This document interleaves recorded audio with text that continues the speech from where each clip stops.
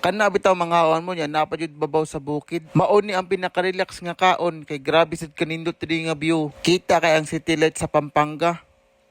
So karon nga video mga bay, padung din mi ani sa Mount Arayat. Og diri ra pud ni siya makitaan sa Pampanga kining bukida. Syempre kay gilibre naman sa tagkaon, dili jud na nato angay balibaran kay birthday man sa mo ang mayura. Og mao na ni naabot ta mi sa Mount Arayat, grabe relax kay dring dapita. Ang Pampanga og Maynila kita jud kay dring lugar. Og kinsa toy mga oyab diha, pwede ra jud mo diri mag-date-date. Kinsa bay dili ma-enjoy yung running view imo makita dring lugar. Syempre ug ato pa rin suyan nga pinasyak-syak kunuha ba nga makita ang bukid kunuhay.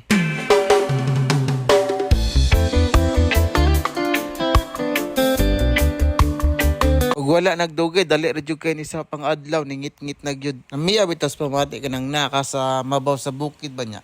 Makita nimong tibuok syudad og presko sa hangin, layo sa mga problema. Ug diring dapitan naa nami sa restaurant sa babaw sa bukid. Bisag gamay ni nga lugar pero ilang mga pagkaon diri pa grabe ka power. Buot pasabot ba kining mga pagkaon na diri, grabe kalamian bitaw. Kining kare-kare og sisig, mao ni ang pinakasikat na pagkaon diri sa Pampanga, kini yung sisig, grabe. Syempre ato ni nahog tilaw ang calamares yung sa lasa ani.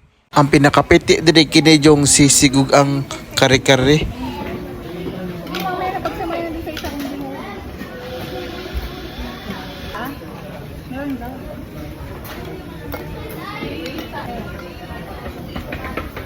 Ano mo?